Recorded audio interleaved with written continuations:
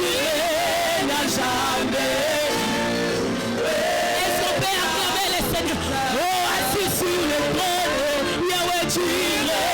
jamais.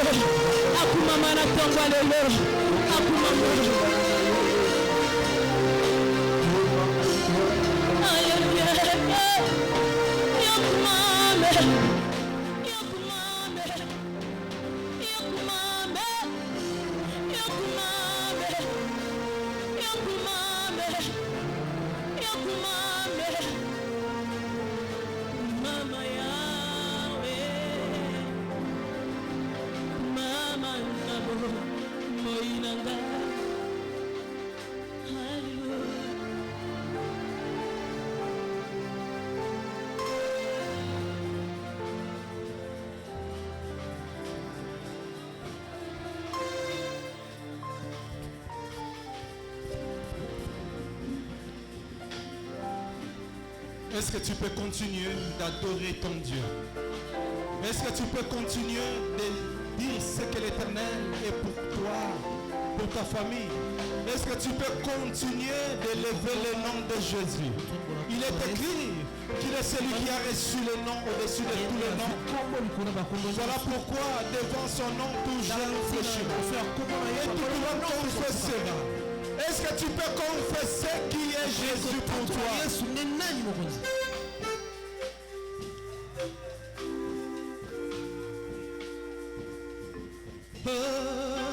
Tikana tombolo Yeswe, tikana matiso, tikana tombolo.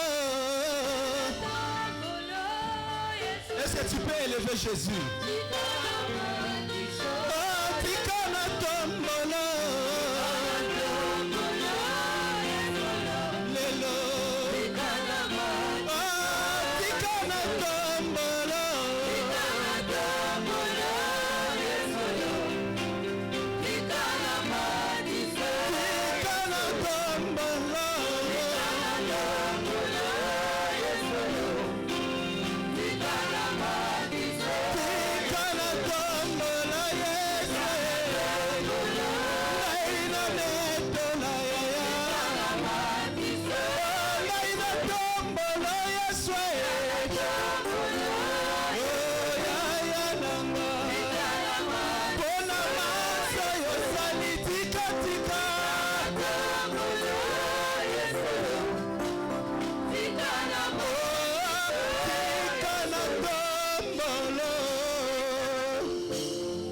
Est-ce que tu peux te recommander à Dieu et recommander ce moment où nous voulons écouter la parole de Dieu sous l'inspiration du Saint-Esprit? Demande à ce que l'Éternel puisse te parler et qu'il utilise puissamment l'instrument qu'il s'est choisi afin qu'il soit une bénédiction pour toute l'Église. Est-ce que tu peux prier? Est-ce que tu peux prier? Éternel notre Dieu, au commencement était la parole. Seigneur, laisse que cette parole qui a créé toutes choses, Seigneur, soit placée dans ma bouche, dans le nom de Jésus. Parce qu'il est écrit que rempli du Saint-Esprit, les hommes ont parlé de la part de Dieu. Je voudrais parler de la part de Dieu, Seigneur éternel. Que moi je disparaisse, afin que toi seul, tu te révèles à ton peuple, Seigneur. Ouais-moi d'une onction spéciale, Seigneur éternel, ce matin, afin que je sois une bénédiction pour quelqu'un. Laisse que cette même parole qui sortira de ma bouche, Seigneur, puisse agir aussi dans ma vie, dans le nom de Jésus, parce que j'ai besoin de toi. Seigneur éternel, prépare nos cœurs à recevoir ta parole ce matin. Cette parole capable de changer, de transformer le cœur de fer en cœur de chair. Seigneur éternel, s'il te plaît, oint cette parole, Seigneur, de ta puissance. Parce qu'il est écrit que l'évangile est une puissance de Dieu pour le salut de quiconque croit. Laisse que ta parole puisse guérir les malades. Laisse que ta parole puisse apporter des réponses aux questionnements de ton peuple. Laisse que cette parole de ce matin change une vie dans le nom de Jésus. Je me lève en vertu de la puissance et de l'autorité que tu m'as donnée en Jésus. Je me lève et je renverse tout ce qui n'est pas de Dieu, planifié par l'ennemi pour nous empêcher d'atteindre les objectifs que toi, tu t'es signé. Seigneur éternel, il y a des objectifs que toi seul, tu t'es donné. Seigneur éternel, Yahweh, dans nos cultes de ce matin. Seigneur, merci pour tout ce que tu accompliras au milieu de nous. C'est dans le nom de Jésus que nous avons ainsi prié. Est-ce que l'Église peut bien acclamer pour le Seigneur? Je disais, est-ce que l'Église peut très bien acclamer pour le Seigneur? Ah, j'ai l'impression que je ne suis pas bien compris ce matin. Je disais, est-ce que nous pouvons bien acclamer pour Jésus? Je t'informe qu'on n'acclame pas pour le Seigneur en étant assis. Est-ce que nous pouvons bien acclamer pour Jésus? Nous attendons les retardataires. S'il n'y a rien qui puisse t'empêcher de te lever, lève-toi. Est-ce que tu peux te lever? Est-ce que tu peux dire à ton voisin, lève-toi? Parce que tu dois honorer le Seigneur. Est-ce que tu peux te lever? Je suis en train de voir qui est celui qui est resté assis ce matin. Oh! Gloire au Seigneur. Amen. Amen. Est-ce que nous pouvons rester debout en prenant nos Bibles? Nous allons lire ce matin dans l'évangile selon Saint Matthieu, chapitre 7. Nous allons lire les 5 premiers versets. Et c'est autour de cette lecture que nous allons développer notre message de ce matin. Matthieu 7, 1 à 5. Est-ce que nous pouvons lire ensemble? Lisons. Ne jugez point, afin que vous ne soyez point jugés. Car on vous jugera du jugement dont vous jugez. Et l'on vous mesurera avec la mesure dont vous mesurez. Pourquoi vois-tu la paille qui est dans l'œil de ton frère? Et n'aperçois-tu pas la poutre qui est dans ton œil? Ou comment peux-tu dire à ton frère, laisse-moi ôter une paille de ton œil, toi qui as une poutre dans le tien? Hypocrite, ôte premièrement la poutre de ton œil, et alors tu verras comment ôter la paille de l'œil de ton frère. Parole du Seigneur. Amen. Est-ce que nous pouvons acclamer pour Jésus en reprenant nos places? Que l'Éternel vous bénisse. Que l'Éternel soit élevé. C'est Dieu qui a permis à ce que nous soyons là ce matin dans sa présence. Je ne sais pas comment tu as passé cette semaine, mais laisse-moi te dire que l'Éternel t'a réellement appelé en ce lieu pour te faire du bien. Et je m'en veux dire un très grand merci à mon pasteur, mon père spirituel, le révérend pasteur Alphonse Kamoy, pour cette confiance renouvelée. Et je te dis aussi merci parce que tu es venu pour rendre grâce à Dieu. Laisse que l'Éternel te bénisse. Je voudrais te dire que ce matin, je serai une bénédiction pour quelqu'un. Je ne sais pas si c'est pour qui est-ce que je serai une bénédiction. Mais à celui qui sera connecté à la parole de ce matin va jouir de la grâce que l'Éternel a déversée à nous. Gloire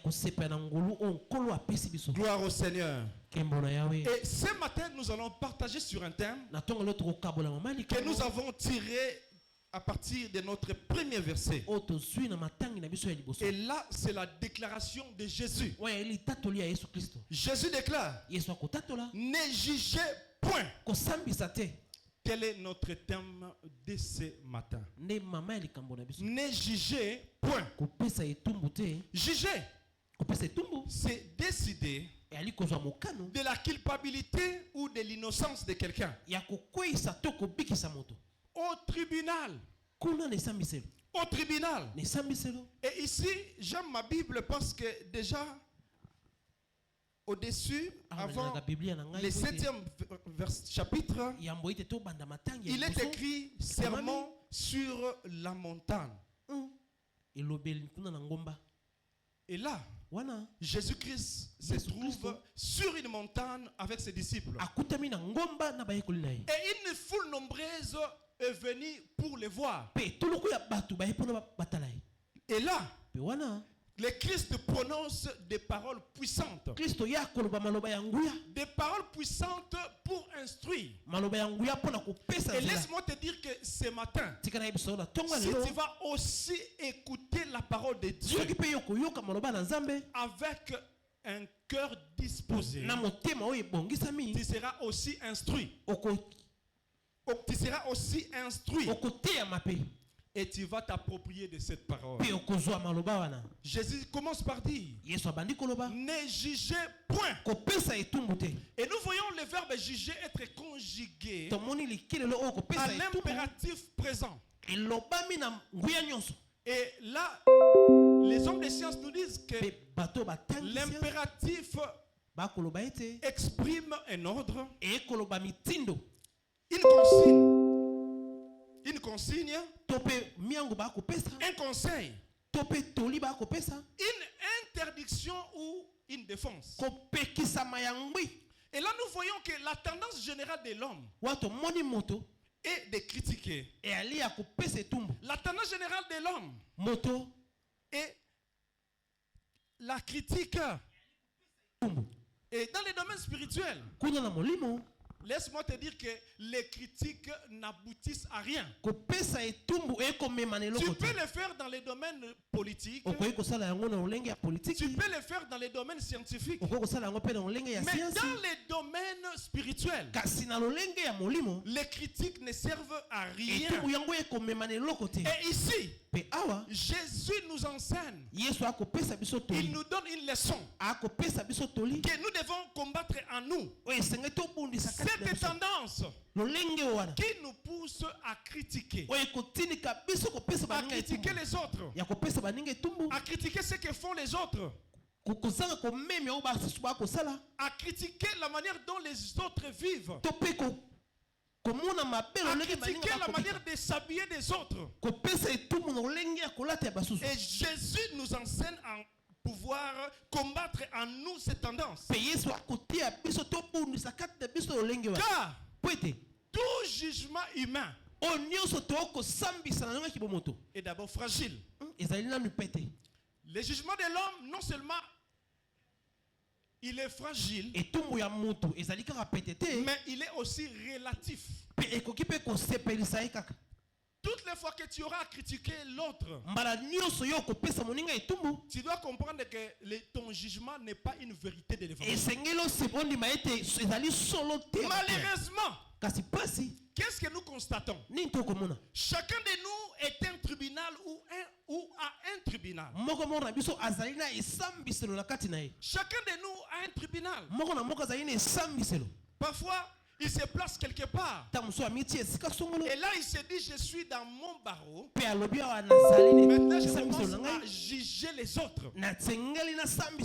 Or, dans un procès, il est exigé que les juges soient impartials. Les problèmes de ton tribunal intérieur est que tu es juge et parti. En d'autres termes, tu considères ton prochain comme un concurrent. Plus tu lui trouves des défauts, plus toi, tu te sens rempli de vertu. Plus tu lui couvres des bouts, plus toi, tu te sens immaculé. Et Jésus poursuit. J'aime cette deuxième partie du verset premier. Ne pas juger autrui sous peine d'être soi-même jugé. Et dans ce passage, nous voyons que Jésus place l'homme devant un miroir. Que fait un miroir? Les scientifiques disent ceci. La lumière le miroir réfléchit la lumière, reproduit les images et inverse les côtés. Le miroir donne une image exacte des objets et des personnes placées en face de lui. Je crois quand tu te regardes sur un miroir, tu as l'impression que tu es de l'autre côté, n'est-ce pas? Et tous les mouvements que tu es en train de faire, tu les vois aussi de l'autre côté. En d'autres termes, quand toi tu juges, tu dois toujours te rappeler que c'est le même jugement qui reviendra vers toi.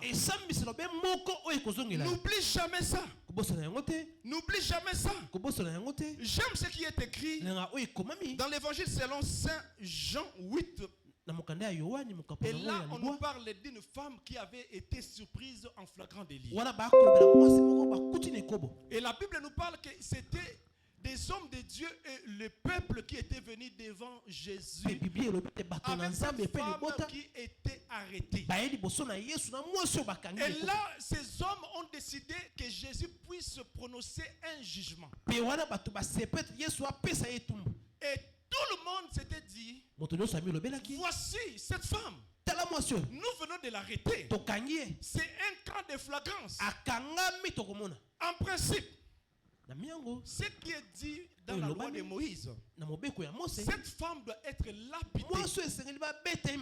Et là, la foule met Jésus devant un fait accompli. Et la foule s'attend à ce que Jésus puisse s'aligner de leur côté. Mais j'aime la réaction de Jésus. Jésus n'a pas posé de questions. Jésus a juste rappelé les souvenirs de chacun. Jésus a dit, qui est celui parmi vous qui n'a pas péché, qu'il soit le premier à jeter la pierre sur cette femme. Moi j'aurais souhaité à ce que cette foule directement prendre les pierres et commencer à lapider cette femme. Et Jésus, quand il a prononcé cette parole, Jésus n'a plus continué de regarder ses hommes. Jésus a juste continué d'écrire. Et là, Jésus était en train de rappeler les souvenirs de chacun par rapport à leur vie cachée devant les hommes. Et ce qui est étonnant, ces hommes qui avaient déclaré déjà que cette femme devait être lapidée, Jésus, en regardant à la foule une seconde fois, curieusement, il y avait personne. Oh! Et là Jésus dit à la femme, mais où sont-ils partis? Ils n'ont pas eu le courage de te lapider. Ils n'ont pas eu le courage. Simplement parce que l'Éternel leur a rappelé les souvenirs de leur vie cachée. Et là, pendant que je parle, il y a quelqu'un que Dieu est en train de rappeler les souvenirs de ses péchés. Jésus s'est dit, réellement tu as péché. Tu sais comment tu as passé cette semaine, n'est-ce pas? Certains se sont retrouvés dans des hôtels. Est-ce qu'ils sont là? Manifestez-vous, s'il vous plaît. Ceux qui étaient dans des hôtels. Oh, ils ne sont pas là. Et ceux qui ont eu à détourner, où sont-ils? Où sont-ils? Oh! Alors l'église Porte du Salut, nous avons une bonne église. Hein? C'est une église des hommes qui craignent Dieu. Amen. Si tu crains réellement l'Éternel, est-ce que tu peux acclamer pour Jésus? Acclame pour Jésus. Et là c'est Jésus qui poursuit au verset 2. Jésus dit ceci. Lorsque par les jugements que nous portons sur les autres, nous devons toujours nous rappeler que c'est la même mesure qui nous sera encore utilisée. Nous devons nous rappeler que ce que nous faisons aux autres, cela nous sera aussi fait. N'oublions jamais ça. Toi, tu es là pour tenir un stylo rouge pour juger les autres. Malheureusement, tu oublies qu'on te mesurera avec la même mesure dont tu te sers. Parce que tant que le ciel et la terre subsisteront, rappelez-vous que l'homme ne récoltera que ce qu'il aura. Ce qu'il aura semé. Et quand nous disons ne jugez point, cela veut dire quoi? Quand nous disons ne jugez point, cela signifie que nous devions mesurer les autres de la même manière dont nous voudrions être mesurés. Et là nous le constatons. C'est ça la nature de l'homme. Personne ne veut qu'une balance soit utilisée contre lui. Nous voulons tous être évalués de manière équitable et cohérente. Et nous, en tant que chrétiens, en principe, nous devons toujours réfléchir à la mesure que nous désirons pour nous-mêmes. Et ensuite, Utilisez cette mesure pour les autres. Et ce matin, pose-toi la question. Comment est-ce que je veux que les autres me jugent? J'aimerais que tu puisses me répondre. Dans ton cœur. Je veux que les gens examinent tous les aspects de ma vie et ne soient pas prompts à croire les pires à mon sujet. Là, c'est ce que tout un chacun de nous se dit. Aussi, je veux que les gens s'appuient sur des faits et non sur des spéculations. Aussi, je veux que les gens m'écoutent équitablement, de manière équilibrée. Je veux que l'on parle avec respect devant moi. Je veux qu'on puisse me parler avec respect. N'est-ce pas ainsi que vous voulez que l'on vous mesure? Qui est celui qui ne veut pas qu'il soit mesuré de cette même manière? Est-ce que la mesure que vous et moi utilisons pour les autres sont réellement équitables? Pose-toi la question. Pose-toi la question. Est-ce que tel que je juge les autres, c'est de cette même manière que je veux que je sois aussi jugé par eux? Deuxièmement, ne juger point signifie que nous devons d'abord nous examiner nous-mêmes.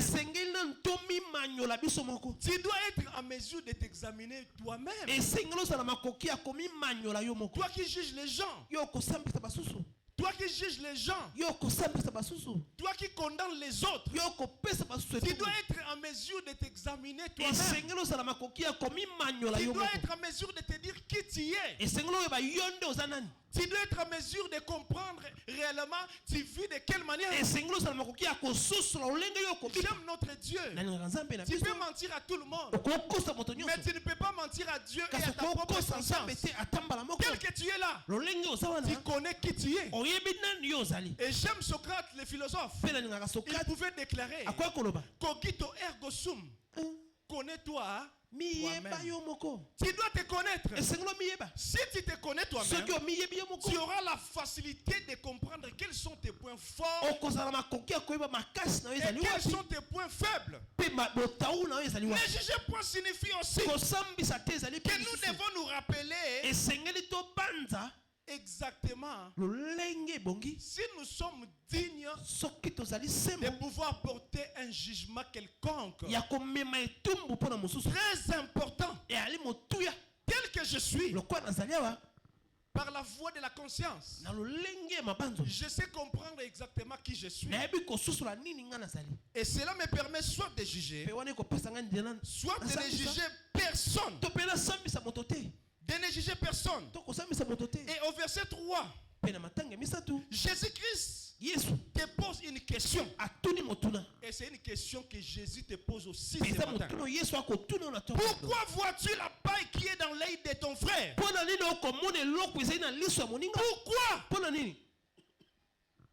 Et n'aperçois-tu pas la poutre qui est dans l'œil qui est dans ton œil?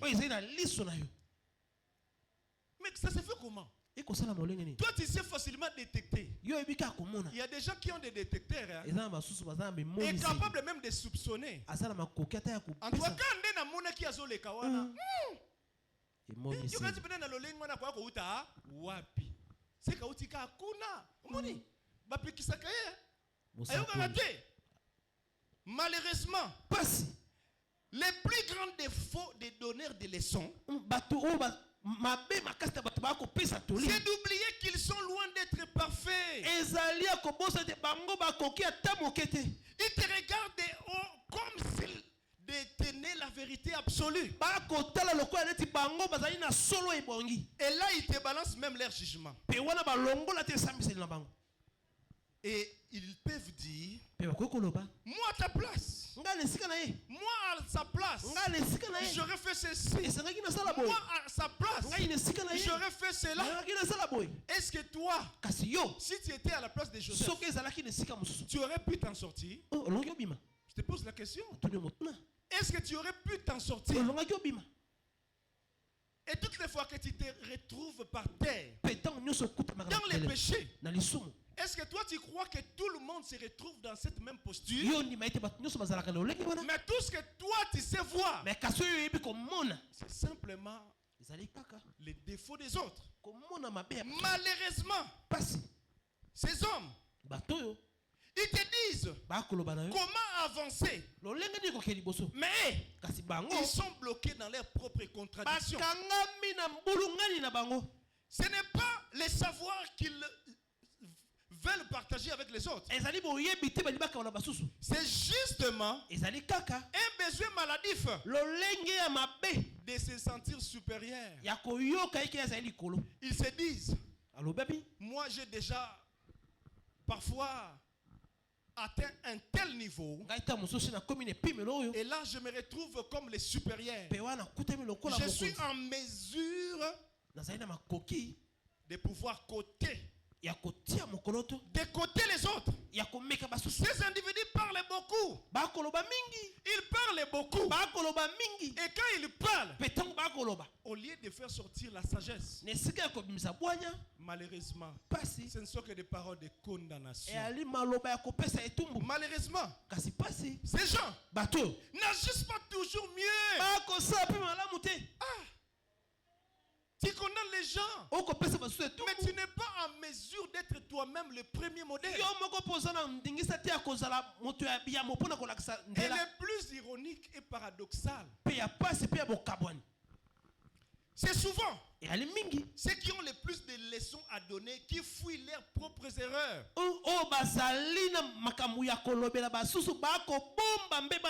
Ils sont prêts à prêcher la patience comme moi je le fais ici. Ils parlent bien quand ils vous prêchent. Vous sentez l'onction. Même quand ils vous prêchent la patience, mais ils explosent pour un rien. Ils vantent l'humilité, mais ne supportent pas d'avoir tort. Ils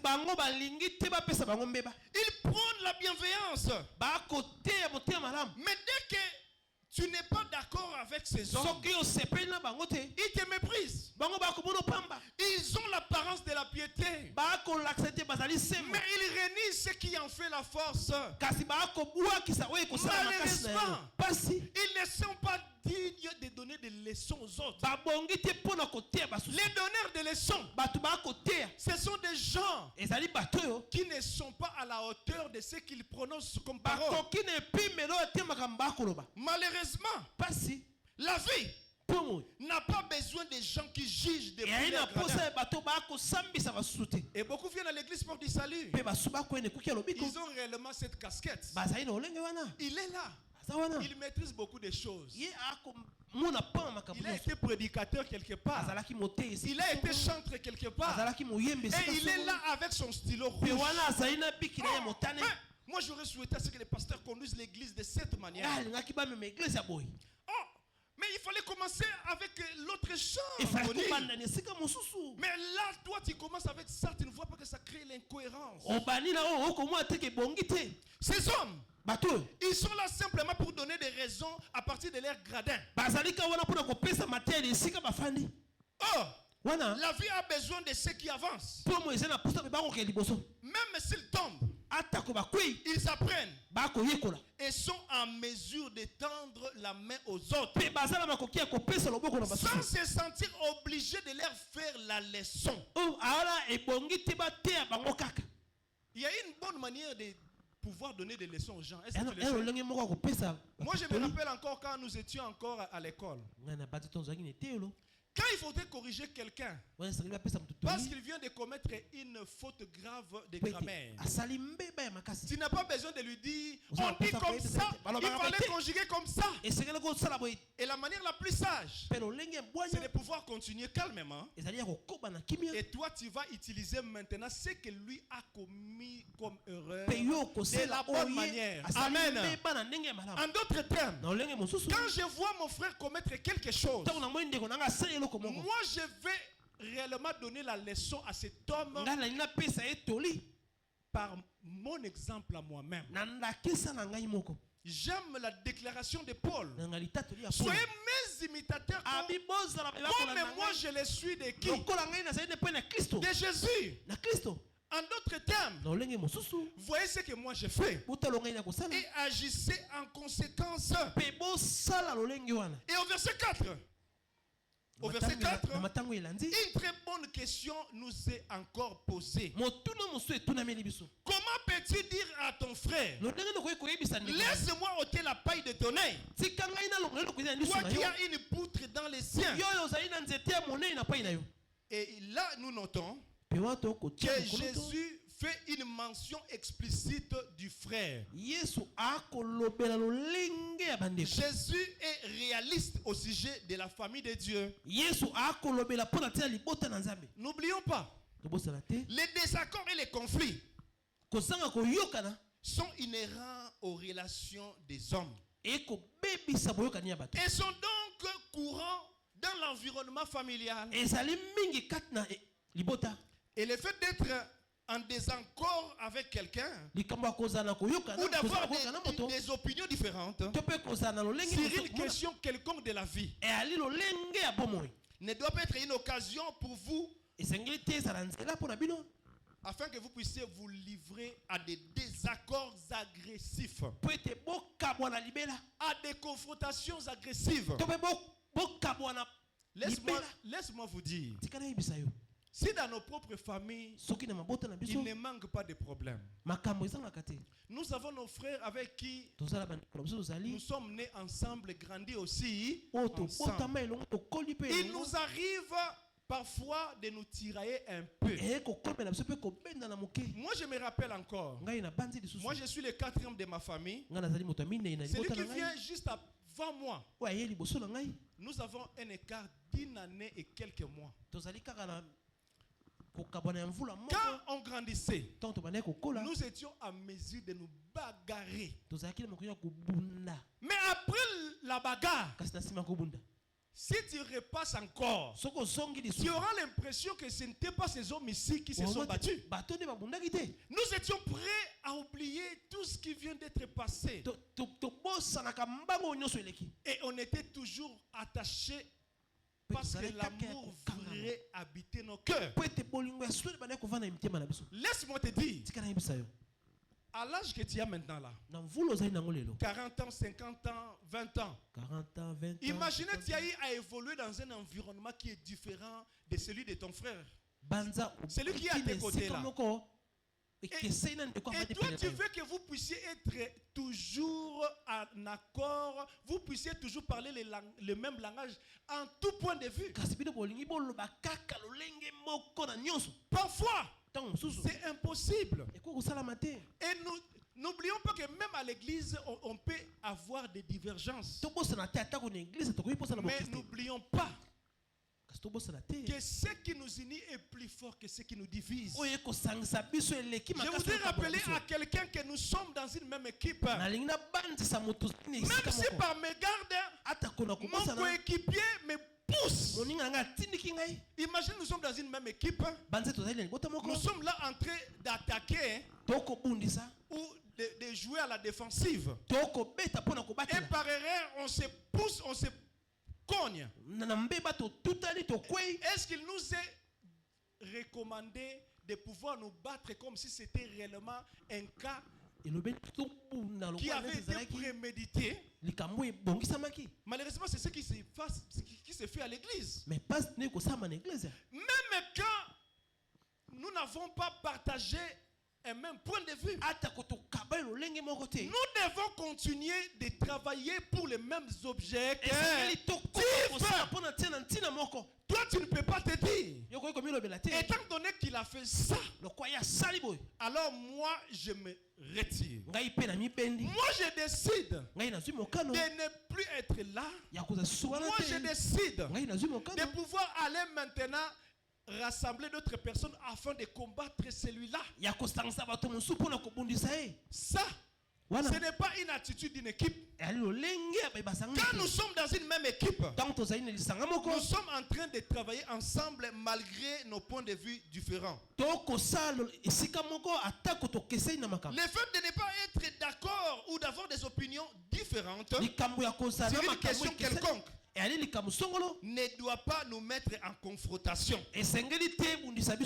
Parce que là où il y a des gens, il ne manque jamais de problèmes. Même mari et femme, parfois, ils sont en désaccord.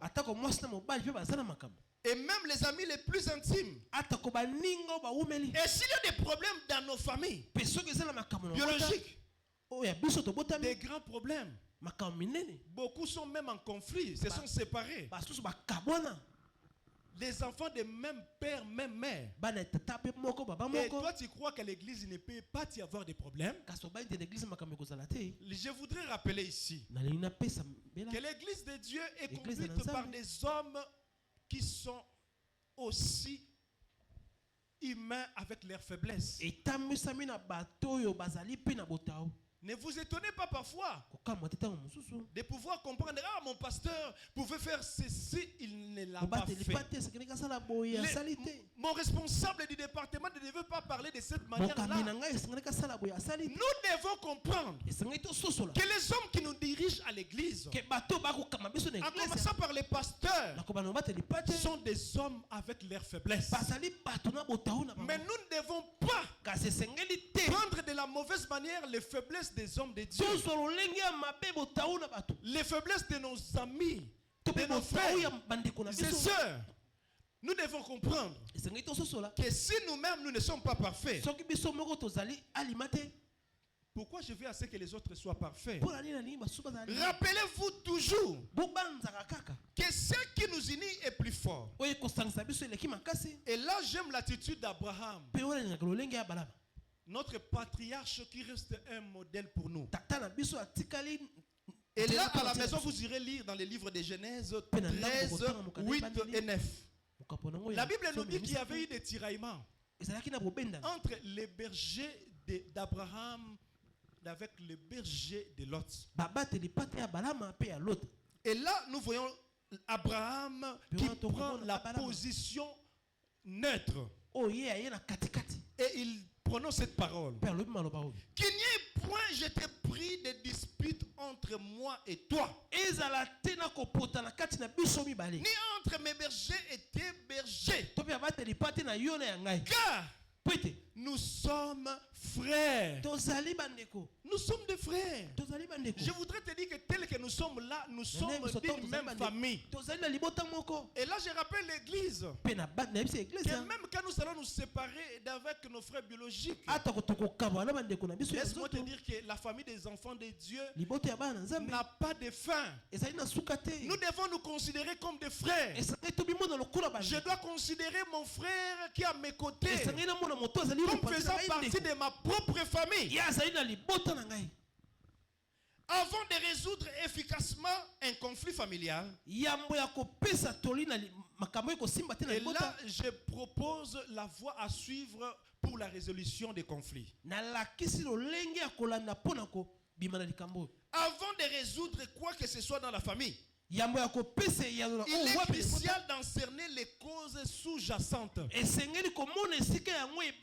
Puisque parfois, malheureusement, nous n'arrivons pas à très bien traiter nos problèmes. Laisse-moi te dire qu'un problème qui n'est pas traité de la bonne manière finira par ressurgir.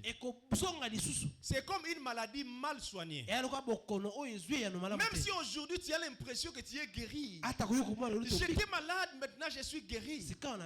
Si ta maladie n'avait pas été très bien soignée, laisse-moi te dire qu'il y aura des répercussions.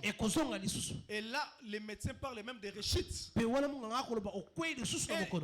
vous rendre compte que quand nos problèmes dans nos familles, dans l'église, ne sont pas très bien résolus, ces problèmes vont ressurgir. Et les conflits sont rarement isolés. En d'autres termes, ce sont des choses qui ne viennent pas au hasard. Ne sont pas isolées. Et les identifier et les comprendre est un premier pas vers la prévention et la résolution des conflits de manière efficace. Est-ce qu'il y a un problème dans ton département? Est-ce qu'il y a un problème dans ta famille? Papa et maman, vous avez des conflits? Vous devez réellement comprendre quelle est la cause de vos problèmes. Parfois, nous faisons semblant. Malheureusement, nous faisons semblant. Nous donnons l'impression comme si on est bien.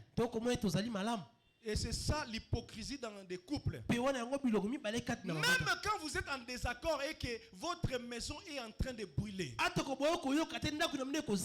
il y a un corps étranger qui se présente, là vous faites semblant. Comme si tout allait bien. Mais vous vous trompez vous-même. Et vous croyez que c'est de cette manière-là que vous allez résoudre ces problèmes-là. Et j'aime au verset 5. Jésus qualifie tous ces gens, tous les donneurs de leçons, des hypocrites. Pose-toi la question, est-ce que tu n'es pas hypocrite? Le fait même que ces gens ne soient pas en mesure de se remettre en question, mais qu'ils ne s'en prennent qu'aux autres, prouve que leur situation personnelle est pire que les autres. Un hypocrite, il est une personne qui cache ses vraies intentions et qui dit des choses qu'elle ne pense pas. Un hypocrite change d'avis selon les personnes juste pour plaire. Il montre de la gentillesse par simple intérêt ou juste en apparence. Malheureusement, il dit une chose et il est en mesure de faire le contraire. Jésus considère, là nous sommes dans le livre de Matthieu, Jésus il considère les scribes et les pharisiens des hypocrites. Car ils ne suivent les préceptes et les lois que de l'extérieur, mais dans leur cœur ils sont loin de Dieu. Or Dieu nous demande de pouvoir les suivre avec notre cœur. Beaucoup aujourd'hui sont des hypocrites. Nos églises sont remplies des hypocrites. Des hommes qui ne sont pas vrais. Ils donnent une autre apparence, mais ils savent qu'ils ne sont pas ceux qu'ils nous font voir. Malheureusement, et là nous voyons Jésus qui dit que la poutre qui est dans mon œil, la poutre qui est dans mon œil, et là nous voyons Jésus donner réellement une image de ce qui est très grave. En d'autres termes, c'est lui qui est là pour juger. Il n'est pas en mesure de le faire parce qu'il n'a pas les critères. Et généralement, c'est ce qui arrive. La poutre qui est dans mon œil. Et là, c'est la question que nous pouvons nous poser. Puisque parfois, nous avons l'impression que je ne peux pas recevoir les conseils de qui que ce soit. Parce que je me dis, je suis supérieur. Et là, nous voulons poser cette question. Est-ce que la poutre qui est dans mon œil m'interdit modèle définitivement la pratique de la correction fraternelle. Je l'ai dit précédemment. Nous sommes des hommes faillibles. Cela ne nous empêche pas, quand je me rends compte que tu es dans l'erreur, que je puisse aussi te corriger, que je puisse aussi te prodiguer des conseils.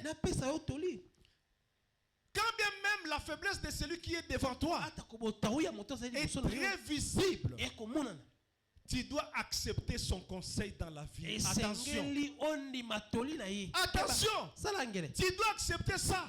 Laisse-moi te dire, parfois il se retrouve dans cette situation-là et il se sent dans l'incapacité de s'en sortir. Mais il est en train de te prévenir simplement. Mon frère, moi je me retrouve ici. Toi, tu ne dois pas avancer ou continuer avec cette vie-là. Puisque moi, j'en ai subi les conséquences. Malheureusement, il y a beaucoup de gens qui aiment être enseignés juste par la voie des conséquences. Or toi, si tu veux être enseigné par les conséquences, tu continueras à pleurer comme les autres. Mais si tu es en mesure d'écouter les conseils des autres, laisse-moi te dire que la vie est au milieu des conseils. Christ ne m'interdit pas de corriger, mon prochain. Mais Christ est en train de faire une nuance. Seulement, je dois d'abord enlever la poutre qui est dans mon œil. C'est ça la nuance que Jésus-Christ nous donne. Je dois commencer par m'étudier moi-même. Laisse-moi te dire que même la force de la prédication que nous vous présentons vient de ce que nous sommes nous-mêmes. Est-ce que vous le savez? Il y a plus d'onction quand je presse des choses que je sais pratiquer. Parce que n'oublie pas, quand tu dis des choses que toi-même tu n'es pas en mesure de faire, ta conscience te les rappellera. Et tu vas te rendre compte finalement même l'onction que tu avais va disparaître. Parce que quand tu auras tendance de pouvoir parler de la sainteté, la voix de la conscience te rappellera que tel que tu es là, tu es un aventurier. Et aussitôt tu vas te rendre compte, est-ce que moi aussi je dois dire ça?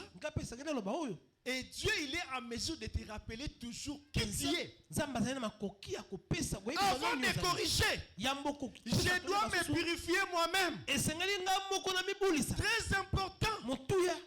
Très important. Avant de corriger, je dois d'abord me corriger moi-même.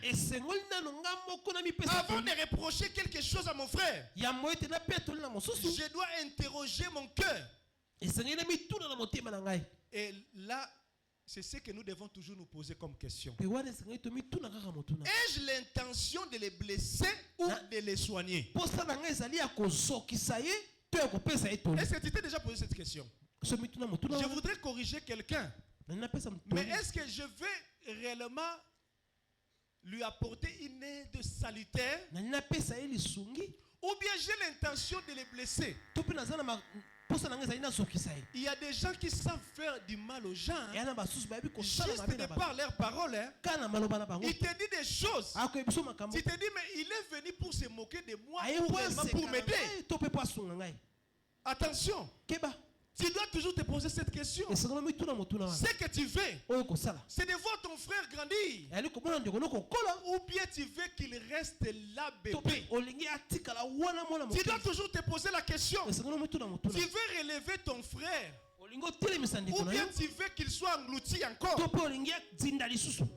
La correction du juste, gloire au Seigneur, s'accomplit avec justice.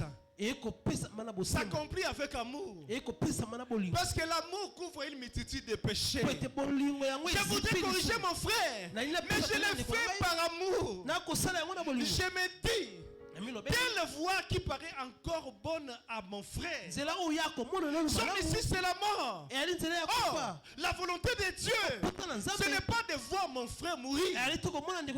Mais la volonté de Dieu, c'est de voir mon frère s'en sortir. Malheureusement, parfois nous prenons des positions juste pour que nous puissions engloutir. Malheureusement, avant de pointer les défauts des autres, je dois reconnaître mes propres limites et mes propres défauts. J'aime ce qui est écrit dans le livre de 2 Samuel 12. Et là, nous voyons le prophète Nathan qui se présente devant le roi. Et le prophète Nathan, il est venu avec une sagesse divine. Il a évoqué la méconduite d'une personne à l'égard d'une autre. Et pour David, cela ne pouvait être acceptable. C'est la même attitude que nous adoptons. Hein? Mais cet homme qui a fait cela, il mérite la mort. Et là, c'est le jugement ou le verdict prononcé par le roi. En d'autres termes, pour David, l'homme le plus méchant, c'était cet homme-là. Comment est-ce qu'il pouvait faire ça? Est-ce que n'est-ce pas ça la position que nous adoptons vis-à-vis de nos frères? Mais comment est-ce que lui, il peut faire ça? Malheureusement, Dieu, il est celui qui sait réellement dévoiler tout ce que nous faisons en cachette. Et j'aime la réaction du prophète qui réplique en disant: mais cet homme qui mérite la mort, c'est toi David. C'est toi David. Et laisse-moi te dire que cet homme qui mérite la mort ce soir, ce matin, c'est toi. Et là, je m'adresse à toi. Je m'adresse à toi qui me regarde là. Toi. Non, mais c'est toi qui mérites la mort. Ce n'est pas ton prochain. Parce que toi, tu fais plus que ça. Seulement, tout ce que ton frère fait est peut-être dévoilé. Mais toi, ta méconduite jusque-là reste caché. Parce que tu t'arranges pour faire des choses irrépréhensibles. C'est très dangereux. Nous jugeons les autres avec une position radicale. Et ce qui nous étonne dans ces récits, c'est que David, aussitôt qu'il a compris que cet homme était lui, il a directement demandé pardon à Dieu. En d'autres termes, David voulait nous faire comprendre que le pardon de Dieu n'était réservé qu'à lui et à lui seul. Je voudrais rappeler à quelqu'un, de la même manière que Dieu t'a pardonné, il est aussi en mesure de pardonner ton frère. Laisse-moi te dire, c'est vrai qu'il avait péché, c'est vrai qu'il avait fait du mal, mais laisse-moi te dire que Dieu, il est là aussi pour lui. Je voudrais te dire, si réellement toi tu peux demander pardon à Dieu et que Dieu peut te pardonner, il peut aussi pardonner à ton frère. Ce qui est dangereux lorsqu'on juge, c'est qu'on juge souvent coupable quelqu'un d'innocent. Parce que même pour déclarer le verdict, il y a réellement une démarche à suivre. Et là je te pose la question, est-ce que la démarche que toi tu suis, est-ce que ça répond réellement au verdict que tu donnes? Nous devons toujours nous rappeler que nous sommes aussi pécheurs, que nous avons tous besoin du pardon de Dieu. Est-ce que nous pouvons incliner nos têtes dans la présence de Dieu? Je crois que l'Éternel t'a interpellé. Tu as tellement condamné. Aujourd'hui, l'Éternel te rappelle que tu n'en as pas les droits. Au contraire, tu dois considérer ton frère comme c'est lui. que tu peux aussi relever, que tu peux aussi aider, tu peux aussi donner des conseils afin qu'il soit tel que toi tu es. Est-ce que tu peux demander à Dieu, Seigneur, s'il te plaît, je voudrais laisser le domaine du jugement à toi et à toi seul. Moi je voudrais simplement te ressembler. Je voudrais être en mesure de pouvoir relever mon frère, de pouvoir conseiller mon frère, parfois intercéder pour mon frère. Quand bien même il se retrouve par terre, quand bien même il ne sait pas craindre Dieu, je voudrais être pour mon frère un soutien.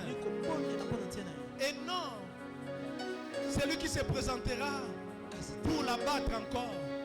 Est-ce que tu peux élever ta voix et prier le Seigneur? Est-ce que tu peux le faire? Demande à ce que l'Éternel puisse t'aider. Demande à ce que Dieu du ciel puisse t'aider à ne pas jouer le rôle de Dieu, mais de faire ce que l'Éternel attend de toi. Nous prions dans le nom de Jésus.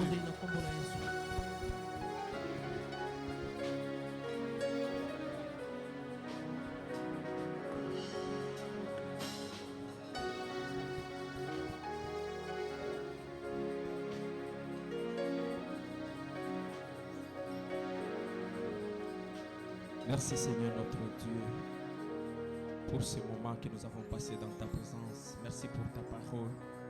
Seigneur, tu nous apprends à nous juger d'abord nous-mêmes avant de juger les autres.